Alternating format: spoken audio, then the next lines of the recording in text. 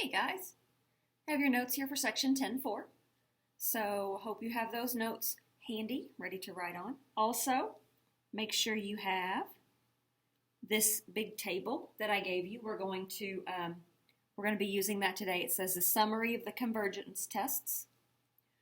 Also, before we get started, I want to show you some things that I want to have you write on your giant Post-it note. So we're going to add to our list of fun facts today. The first two fun facts are the answers to two limits that I think you will encounter sometime throughout this section. So I want to point out that when you sub in infinity in both situations, you get an indeterminate form. So for example, as n approaches infinity, this becomes 1 plus, this is headed towards 0. So this becomes 1 to the infinity. That's an indeterminate form, and the answer to that ends up being e. This one is n to the 1 over n. As n goes to infinity, this would be infinity to the 0 power. That's an indeterminate form. The answer to that limit is 1. And if you recall,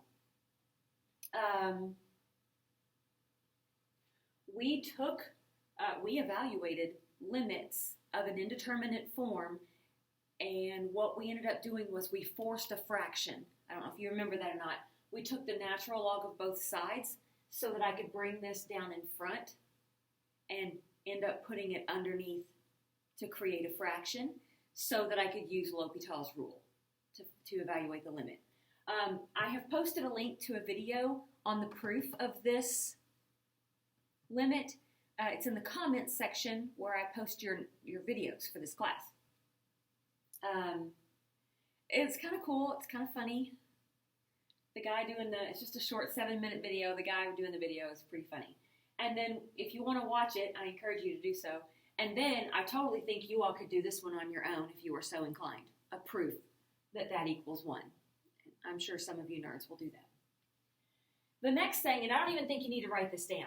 I just want to remind you of some math reasoning, okay? So let's suppose you have something in the numerator, something in the denominator. Overall, I'm going to call this whole value here a fraction, okay? So this represents the whole thing, not individual pieces.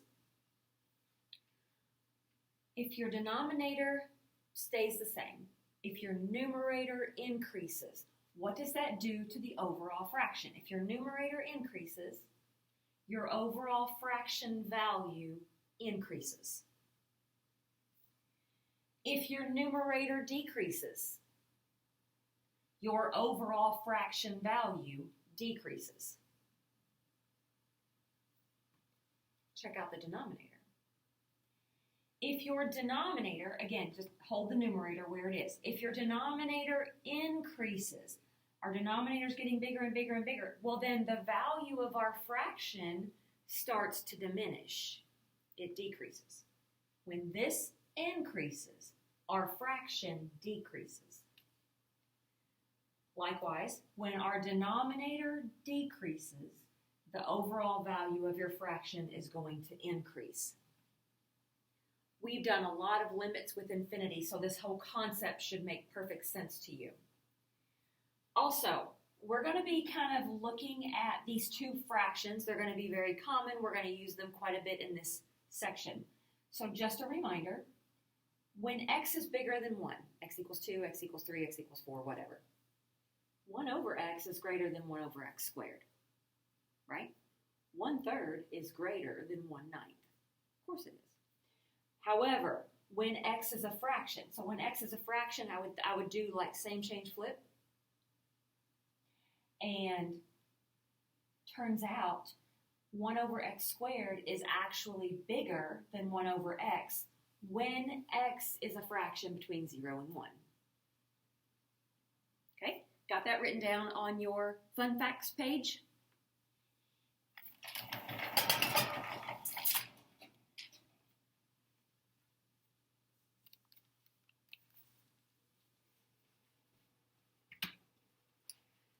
So I've got this big list of convergence tests, and basically, you have to memorize them all. So this is where the chapter really gets interesting, and I know it looks so daunting, but you're gonna get them. They're gonna make sense to you. You're gonna get comfortable with them. There will be a couple of times where you'll have to memorize. You'll know what to do. You'll get an answer and you'll be like, does this mean it converges or does this mean it diverges? So there is a little bit of some tricky memorization. I'll try to help you as best I can with it. But we're going to do several of them today. And good news, you already know some of them, like geometric series. Some of them make such perfect sense, you're like, this makes perfect sense. I don't even need to memorize it, okay? So let me start with the geometric series. And all those ones that say day one, that's what we're going to cover today. And we're not going to spend a whole lot of time on geometric because you already know it. So if this is a geometric series, keep in mind, a series is a list of terms added together. So usually over here, right here, right here, right here, usually there's some little formula that gets you each term. Like some little math is involved right here that'll get you your first term, it'll get you your second term, it'll get you your third term, and so on. So it's a bunch of terms, and this says, hey, list them all and let's add them all together. That's what a series is. List of numbers added together. We're trying to see, does that list of numbers converge? Like, could I find out what the sum actually is? Which, when you were back in pre-cal, when I said we can take an infinite list of numbers and add them all together and get an actual answer, y'all were like, no, we can't. We can.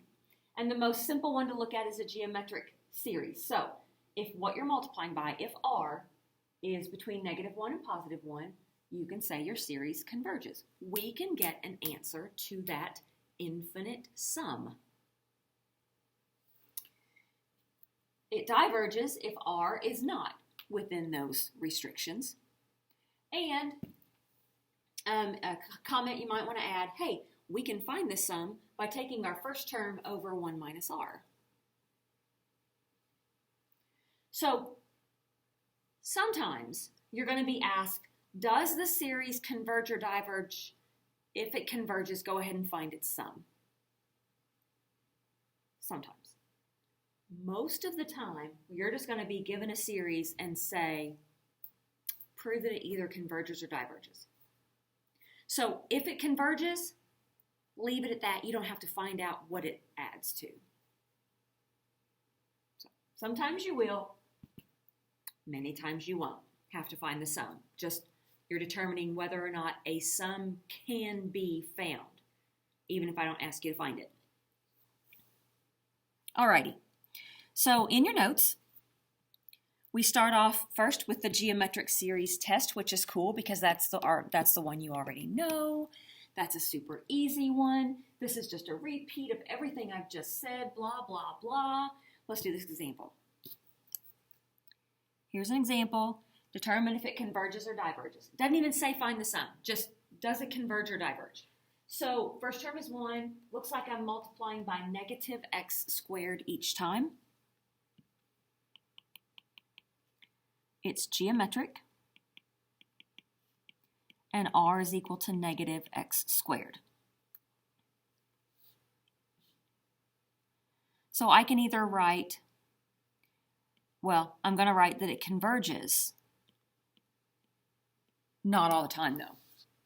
It only converges when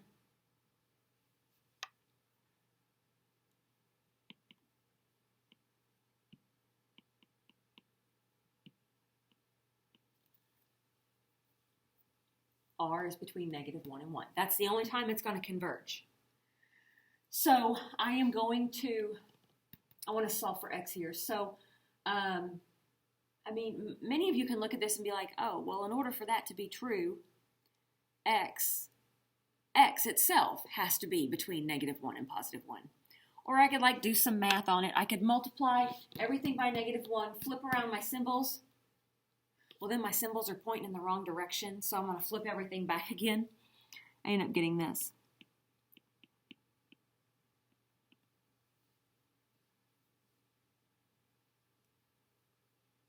Okay, now, x squared needs to be between these two. Well, x squared isn't going to be negative. It's not even going to be a negative fraction. So let's just make sure that x squared is less than 1. X squared is less than 1, which means x has to be greater than -1 and less than 1.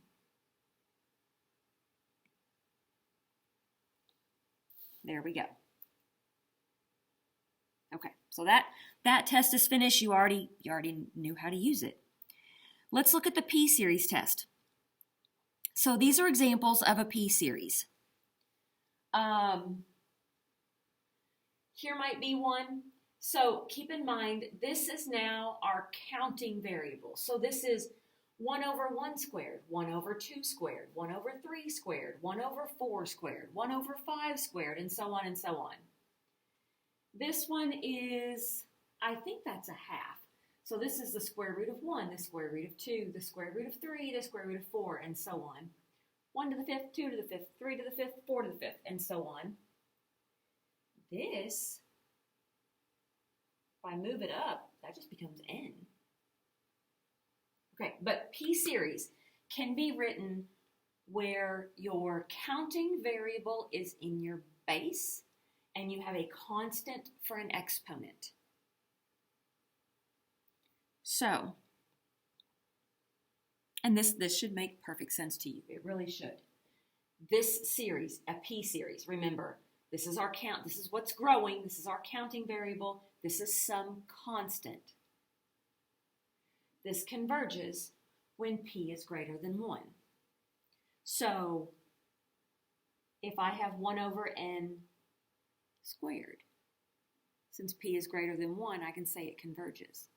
1 over n cubed, 1 over n to the 4th, 1 over n to the 3 halves. It's greater than 1. I can say that the series converges. Also, likewise, it does diverge if that's not met. Now, careful. Geometric series and p-series tend to look the same. So just be careful. A geometric series, n is your counting variable. So like x to the n power, and n gets bigger, x to the first, x to the second, x to the third, x to the fourth, x to the fifth, right?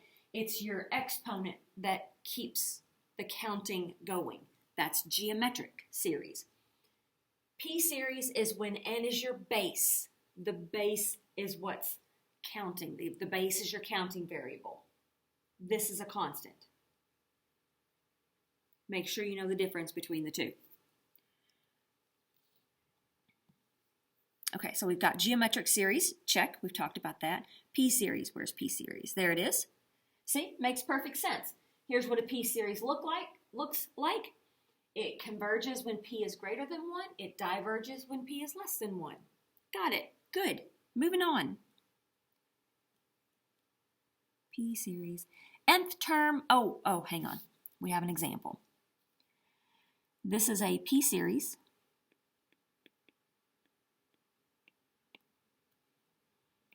P equals 3 halves, right? There I am.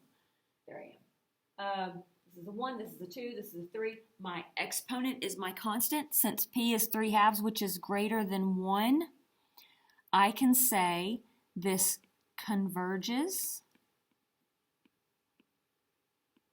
And then, yep, I'll usually need you to tell me which test you used to come up with the fact that it converges. Okie doke. This one should make sense to you too. The nth term divergence test. This one won't tell me if a series converges. it will only tell me, hey, this particular series definitely diverges. But if we can't say that it diverges, that doesn't mean that we automatically say it converges. So it's pretty simple.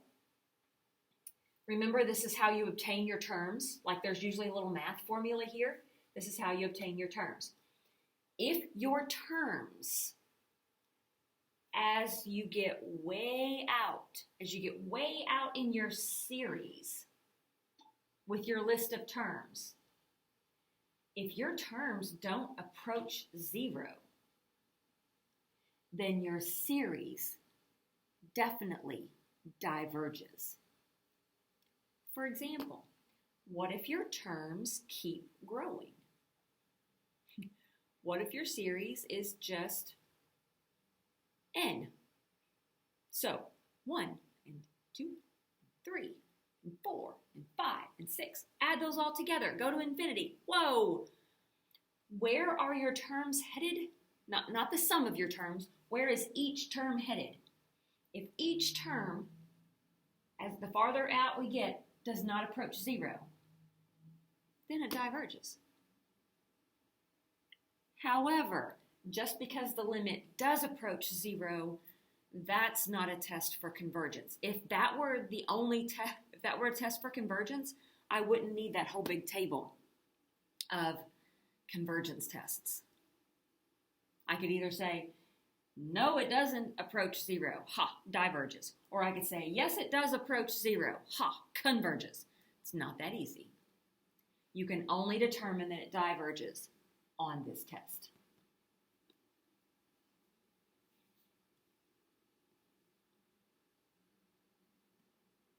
Yep, there it is.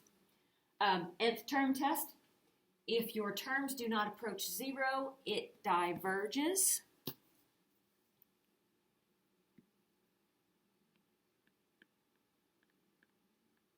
We cannot use nth term to prove convergence. Nope, nope, nope.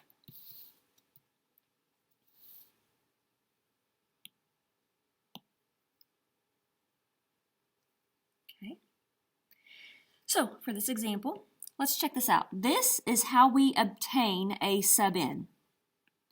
A sub n is equal to 4n squared minus n cubed over 7 minus 3n cubed. That's how we obtain a sub n. Where's that headed? The limit as n approaches infinity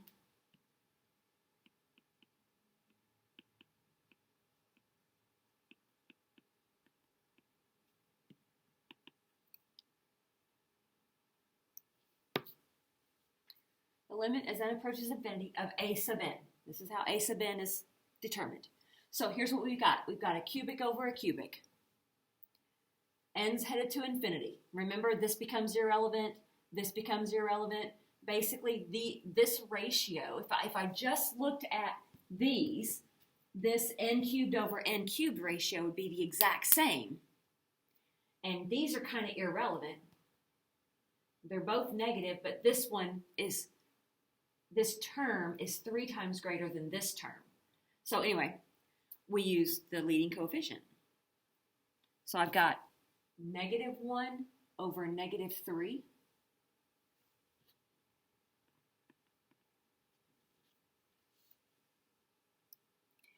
And since 1/3 is greater than 0, it diverges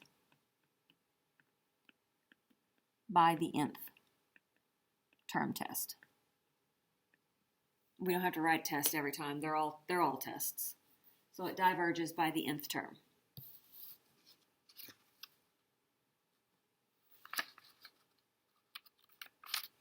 Alrighty. 2 more tests. They get kind of interesting. So here we go. Comparison test. Let's say you have 2 series. Well, you won't, but you'll be able to make one up. So let's say you have two series.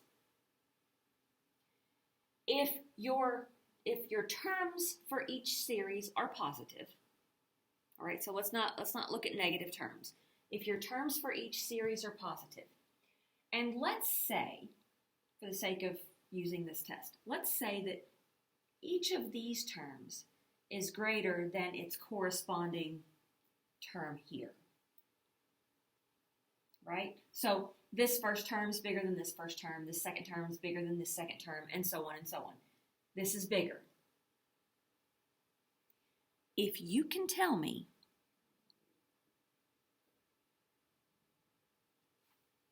remember this was the bigger one. If you can tell me this converges, here's what that means. The bigger one converges. That means that the sum is not growing and growing and growing and getting out of hand. It means it's kind of like held in. It's bounded by something. I can find the sum. The terms aren't growing out of hand. So if this one converges, it's bound by something. It's not going to get any bigger. Then the smaller one has to converge as well, right? If all these terms were lower than these in the first place, and this one is held, converges, then that one has to converge. Okay? Also, again, let's say that this one has the bigger terms. This one has the smaller terms. Okay? Think about it a little differently. What if you can tell me this one diverges? So these terms, which are all lower than the other terms, they're growing and growing and growing, and they're getting out of hand.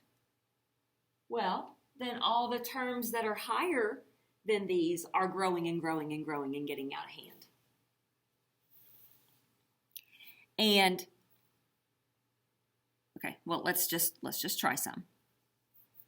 So here's our series. Let's determine if it converges or diverges. And I'm going to write a few terms out. So when n is 1, this is 1/3. When n is 2, I have 1/6. N is 3, 1/11. And n is 4, 1/20. Okay, first of all, I want to point out my terms are approaching 0. I can't say, oh, well, this diverges. But I also can't say, oh, it converges because they don't approach 0. I just don't know. Okay, so to use the comparison test, let's make up a series that's bigger than this one. So that my terms in this series are bigger than my terms in that series. And when I ask you to do that, I don't want you to just make up something at random. We're going to kind of make up something that we're sort of familiar with, like maybe a geometric or a p-series or something like that. So what do you think about this one?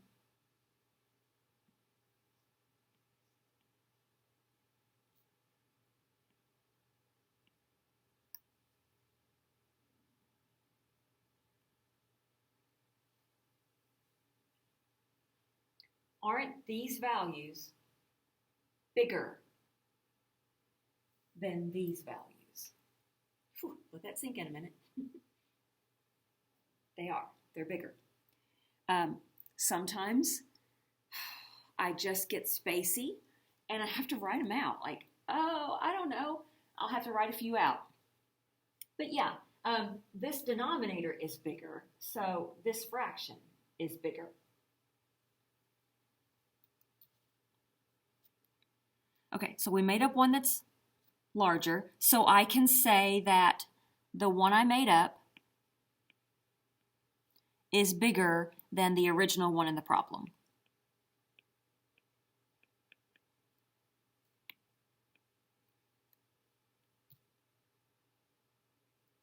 Okay, since the one I made up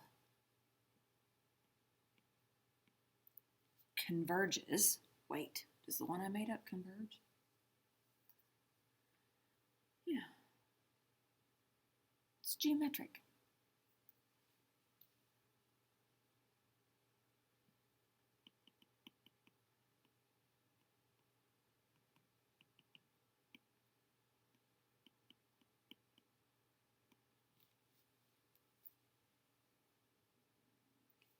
I made up one that was bigger.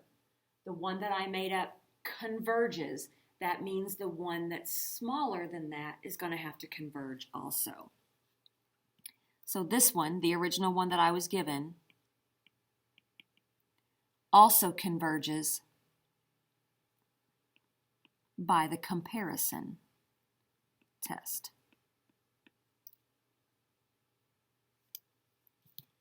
And again, you might be thinking, oh my gosh, how am I going to know what to use? I'll show you a few that you can use. We're going to have some common ones that we kind of tend to use over and over and over again. So I think you'll know. I think you'll do fine. Eventually, I think you'll do fine. Okay, last one. We're at 26 minutes. Last one is the limit comparison test. Okay, kind of same concept, but different. Let's suppose you have two series.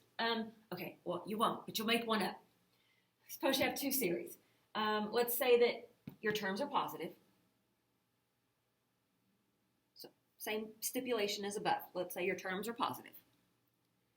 You can compare the terms of your series. You can compare the terms of your series. So, I can compare either way, it doesn't matter. But I'm going to take the representation of these terms over the representation of these terms. As n goes to infinity, how do they compare to each other? If this limit turns out to be positive and finite, if I get a positive value as an answer, then they either both converge or they both diverge. Oh no, which is which? Well, you'll know. Because you're going to pick one. Remember how I said, so suppose you have two series. You won't, but you're going to make one up. Well, you're going to know something about the one you make up. You're going to know something about it. You're going to know whether it converges or diverges. So when you get this positive and finite answer, whatever you know about this one is true about the other one. And vice versa. Okay, let's run through this example. Determine, okay, so let's make one up. Let's make up our own series. Make up something that you think you know something about that's similar to that one. How about, there we go. That one's similar, isn't it? What do you know about this one? It's geometric. R is 1/2. It converges. All right, let's use the limit comparison test. So I'm going to do the limit as n goes to infinity. And I'll take my original. This is the original. I'll take my original and put it over my new one that I made up.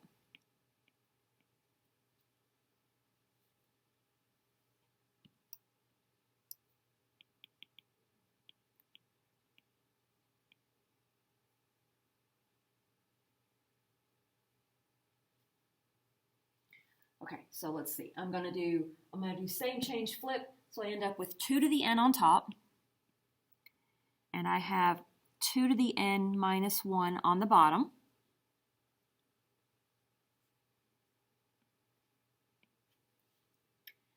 And let's see. Okay,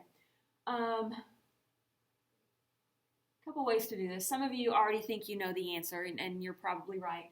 But if you're not sure algebraically how to be certain of the answer, I could do this. I could say, hey, let's multiply by 1 over 2 to the n and 1 over 2 to the n. That's totally legal.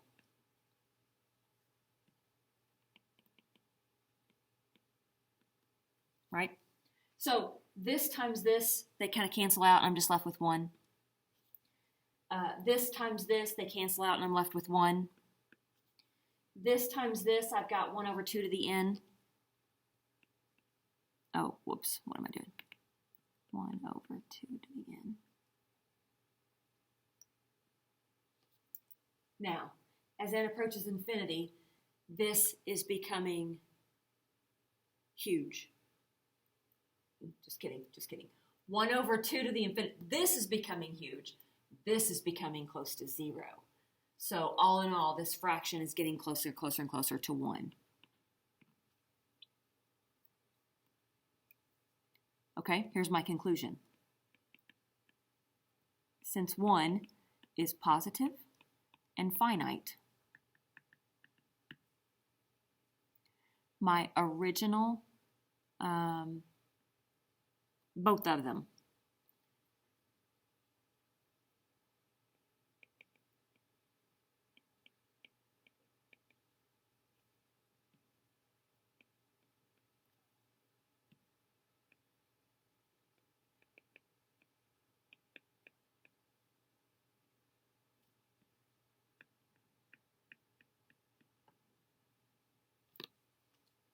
I know that both of them converge because I knew this one did because it was geometric. So therefore, both of them converge. So I've taken you through nth term, geometric, alternating series. Just kidding, that's not today. P series, direct comparison, I just called it the comparison, and limit comparison. So this it looked intimidating, I get it, but here's what it says. Suppose you have 2 series, okay? All your terms are positive. Compare them. Compare them. As n approaches infinity. If your limit is greater than 0, it converges. L is a value, so it can't be infinity. It has to be a value. L has to be a value. If you get a value greater than 0, it converges.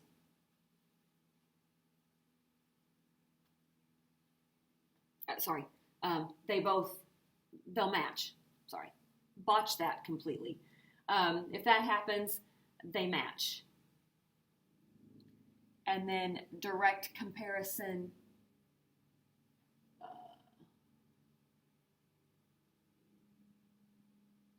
The direct comparison is where you determine that one of them's like holding the other one in, or one of them's pushing the other one up.